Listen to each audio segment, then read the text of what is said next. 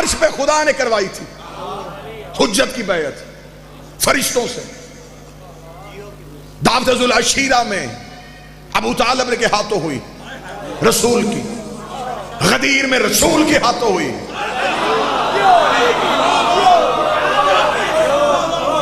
آؤ تسلسل سے لے غدیر تمہیں سناؤں. یہ جو ہم تک عقیدہ ہے یہ تسلسل کیا ہے؟ ظلم یہ ہوا چیز قیمتی تھی, کھیل بن گیا اس قوم کے سامنے. خدا را میں امام حسین کا مہمان ذاکر ہونے کی حیثیت سے کہہ رہا ہوں, ایک وقت کا امام دیکھ بھی رہا ہے.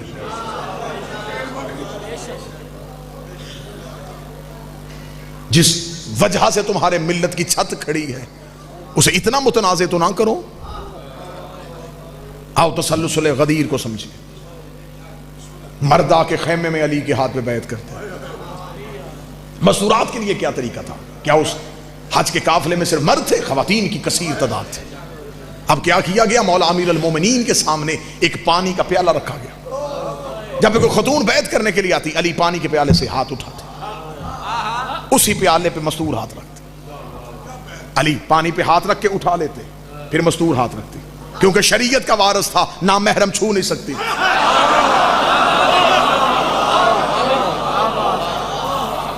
بیعت امیر ہو رہی ہے, ہر مرد مومن اور عورت کا مولا. اور یہی وجہ ہے کہ جناب اسما بنت امیس اس قافلے میں تھی. جب رسول خطبہ دے رہے تھے نا تو خیمے میں اس بی بی کے ہاں محمد بن ابی بکر کی ولادت ہوئی ہے. اور جب یہ علی کی بیعت کرنے کے لیے آئی ہے تو گود میں بچے کو لے کے آئی تھی. اس نے محمد بن ابی بکر کا چھوٹا سا ہاتھ اٹھا کے علی کے ہاتھ میں رکھا. علی نے فرمایا کہ اس کی بیعت کیوں کروا رہی ہے؟ فرمایا میرے کانوں میں رسول کی آواز آئی تھی, علی الصغیر و علی کبیر, صغیر پہ بھی علی واجب ہے, کبیر پہ بھی علی واجب ہے. یا علی میں بیٹے کی بیعت کروانے آئی ہوں, اور یا علی مجھے تیری ولایت کی قسم ہے. جب آپ کی ولایت کا اعلان ہو رہا تھا تو محمد دنیا میں آیا. اس نے آتے ہی کانوں میں علی ولی اللہ کی آواز سنی, اس نے مسکرانا شروع کر دیا. علی نے سینے سے لگا کے کہا بیٹا کسی اور کا ہے, کہلوائے گا علی کا.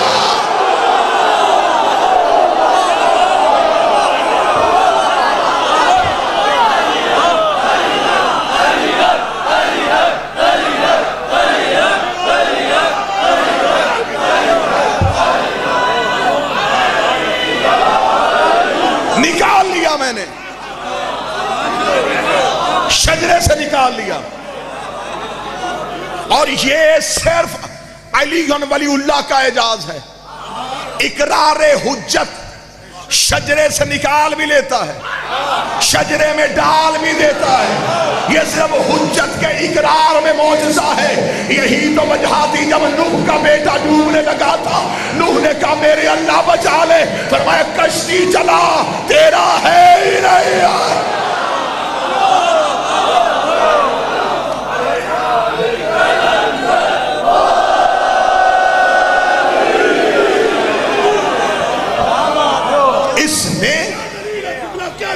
اس نے انکار کیا, میں نے شجرے سے نکالا. حجت کا انکار کرو تو اللہ شجرے سے نکال دیتا.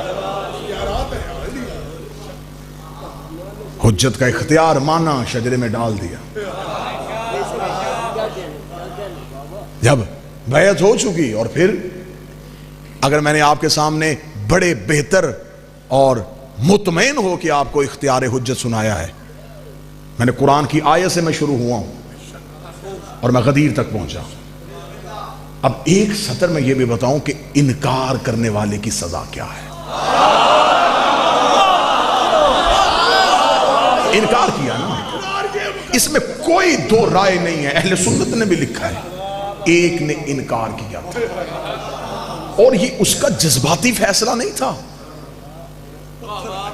ایک لمحے کے لیے سنیے, یہ انکار غدیر میں اسی وقت نہیں ہوا جب رسالت مآب آگے پہنچ گئے تھے. روایات ہیں کہ ایک روایت کے مدینہ میں پہنچ چکے تھے اور مسجد میں تھے جب اس نے انکار کیا. اس کا مطلب جذباتی فیصلہ نہیں تھا, سوچی سمجھی سازش تھی. جذبات سے ایک لمحے کے لیے جذبات کو ہاتھوں میں نہیں، بالکل مطمئن ہو کے سنو. اب یہ سوچی سمجھی سکیم کیسے تھی؟ اس کے پیچھے ایک قوت کار فرما تھی. جب علی ولی اللہ کا اعلان سن لیا کہ یہ تو دین کا ڈھانچہ ہی تبدیل ہو گیا، کہ ہم نے تو سمجھا تھا کہ دین بادشاہت ہے، رسول جائیں گے تو ہم اس بادشاہت پہ قابض ہو جائیں گے، یہ تو نظام ولایت چل پڑا. ہم نے تو سمجھا تھا کہ آخری نبی ہے.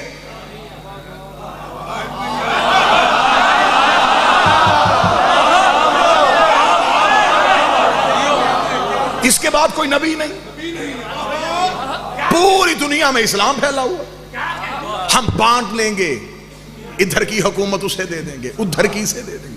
یہ کیا ہوا؟ نظام ولایت چل پڑا. تو اب یہ تسلسل تو نہیں ٹوٹے گا، اب اس کو کیسے توڑے؟ اب یہ پہلی سکیم وہیں پہ ہوئی اور کہا گیا کہ کسی ایک شخص کو تیار کریں.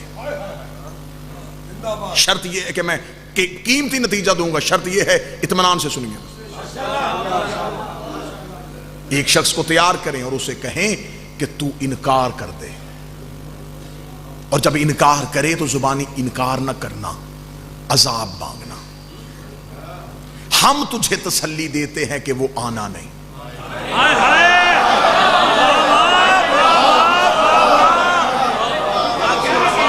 کیونکہ ہم نے دیکھا ہوا ہے مکہ کا دور، ہم مکہ کے دور کے ساتھی ہیں، ہم نے مکہ کا دور دیکھا ہے. ابو جہل نے یہی عذاب مانگا تھا. اللہم افتح علینا حجارۃ من السماء، اپنے اللہ سے کہے آسمان سے پتھر نازل کرے، بھیجے. نہیں مانتا میں تیرے اللہ کو.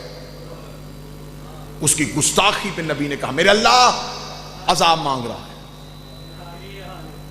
تڑپتی ہوئی قرآن کی آیت جبریل کے ذریعے نازل، ان کان لیعذبہم انت فیہم، وہاں عذاب نہیں آتا جہاں تو ہو.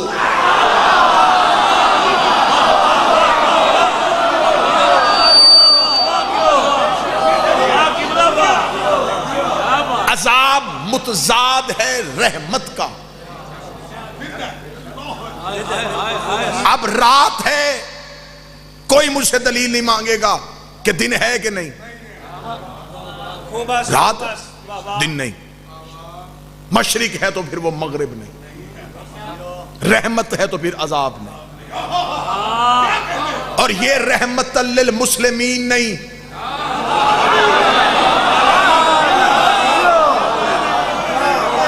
رحمت للعالمین. اس کے ہوتے عذاب آئے گا. جب آئے گا نہیں تو ہم کہیں گے یہ فیصلے میں اللہ شریک نہیں، یہ فیصلہ رسول کا ذاتی رشتہ داری کی بنیاد پہ ہے. رسول چاہتا ہے کہ میرے بعد اقتدار میرے خاندان میں رہے، اور اپنے چچا زاد بھائی علی کو حاکم بنانا چاہتا ہے. اس میں کوئی توحید کی مرضی نہیں. مرضی ہوتی تو وہ عذاب بھیجتا. اسے یہ پورا کام کیوں کیا؟ رسالت مآب نے کہا خوب جانتے ہو تم لوگ کہ میں اس وقت تک لبوں کو حرکت نہیں دیتا جب تک حکم پروردگار نہ آئے. اتنا کہنا تھا تو انہوں نے کہا پھر ٹھیک ہے، اگر اس کی مرضی شامل ہے تو پھر اسے کہہ دے کہ عذاب بھیج دے. اتنا کہنا تھا، یہ ابھی نبی نے ہاتھ بھی نہیں اٹھائے تھے، یہ پتھر آ گیا، سر پہ لگا، دو حصوں میں تقسیم کر دیا. قرآن کی آیت آ گئی، سأل سائل بعذاب واقع، اس نے سوال کیا، ہم نے عذاب آگے کر دیا. میرے مالک تو قانون توڑتا ہی نہیں ہے، تم نے تو کہا تھا جہاں محمد ہو وہاں عذاب نہیں آتا. فرمایا وہ لا الہ کا منکر تھا، یہ علی ولی اللہ.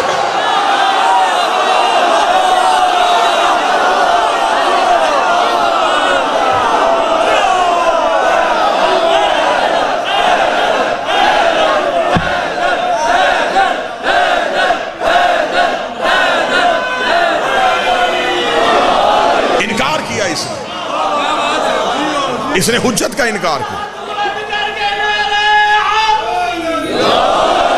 اس نے انکار حجت کیا. جس چیز کو باہر تک جو بھی کھڑے ہیں, جس چیز کو ماں نے دودھ ناد علی پڑھ کے پلایا, وہ میں ہاتھ بلند کر کے نعرہ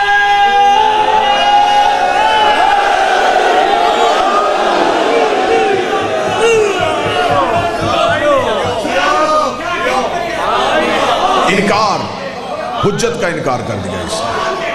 اس نے امامت کا انکار کر دیا. اب معافی نہیں.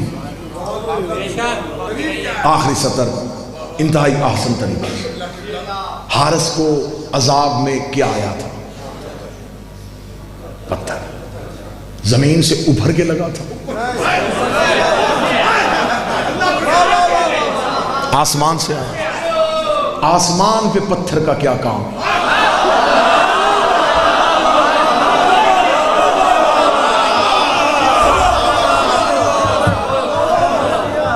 پوری مجلس میں نے نہیں پڑھی, مجمع نے پڑھی. آپ نے میری تائید کے ساتھ پوری مجلس پڑھی. پتھر کا تعلق ہے جمادات سے, جمادات کا تعلق ہے زمین سے. جنت میں پہاڑ ہیں لیکن نور کے. یہ پتھر آسمان سے کیوں آیا؟ یہ زمین سے ابھر کے بھی لگ سکتا تھا. یہ آسمان سے کیوں آیا؟ مردان نے محبت کی ہے بڑی اطمینان سے, بڑے احسن طریقے سے تم نے سنا ہے. تمہارا حق بنتا ہے کہ تمہیں یہ جملہ ہدیہ کیا جائے. میرے مالک یہ آسمان سے کیوں آیا؟ میرا وہ اللہ تو بول ہی نہیں رہا تھا. پھر قرآن کے آگے گیا. میں نے کہا اے علی کا خاموشا کر, مجھ سے بتا یہ پتھر کہاں سے آیا؟ قرآن کے قریب میں نے کان کیا. قرآن کا لہجہ دھیما لیکن میٹھا تھا. الم تر کیف فعل ربک بعصابہ الفیل. تمہیں یاد نہیں ہم نے ہاتھی والوں کے ساتھ کیا کیا تھا؟ جب ابرہا ہاتھی لے کے آیا تھا تو ہم نے ابابیل کی چونچ میں ایک ایک پتھر لے کے بھیجا تھا. ہاں میرے مالک کو یاد ہے. فرمائے یہ ہاتھی لے کے آیا, ہم نے ابابیل بھیجی. ابابیل سب سے چھوٹا پرندہ, اسی چونچ میں سب سے چھوٹا پتھر. خدا نے کہا ایک بھی ابابیل کا نشانہ خطا نہیں ہوا, اس لیے کہ وہاں سنا علیہم طیرا. ان پرندوں کو ہم نے بھیجا تھا اور جنہیں ہم بھیجے ان میں غلطی ہوتی نہیں ہے, جنہیں ہم بھیجے ان میں خطا ہوتی نہیں ہے. تو میرے مالک وہ تو ابرہا کے ہاتھیوں کے لیے آیا تھا. فرمایا تفسیر امام رضا میں میرے 8ویں بادشاہ نے روایت کی کہ جب ابابیل ایک ہاتھی کا نشانہ کر رہے تھے تو جبریل نے آگے ابابیل کے کان میں وحی دی کہ خدا کہہ رہا ہے اپنے حصے کا پتھر ہاتھی کو نہیں مارنا. فلاں غار کے کوہ میں جا کے بیٹھ جا. تیرے رزق کی ذمہ داری اللہ کے ذمے, تیری سانسوں کی حفاظت اللہ کے ذمے. وہ جا کے غار کے کوہ میں بیٹھ گیا. جیسے اللہ نے اصحاب کہف کو زندہ رکھا تھا ویسے ہی اللہ نے اس پرندے کو زندہ رکھا. اسے نہ رزق کی فکر تھی نہ اسے سانسوں کی فکر تھی. وہ زندہ رہا. 3 مہینوں میں بدلے, مہینے سالوں میں بدلے. ادھر غدیر کے چوک میں علی کی ولایت کا انکار ہوا. جبریل نے اسی پرندے سے کہا اللہ کہہ رہا ہے اپنے حصے کا پتھر نکال, اس کے سر پہ مار تاکہ دنیا کو بتاؤ وہ مکار کا دشمن تھا, یہ مالک مکار کا دشمن. علی حق, علی حق, علی حق, علی حق, علی حق, علی حق. بولا بولا علی لال کلندر.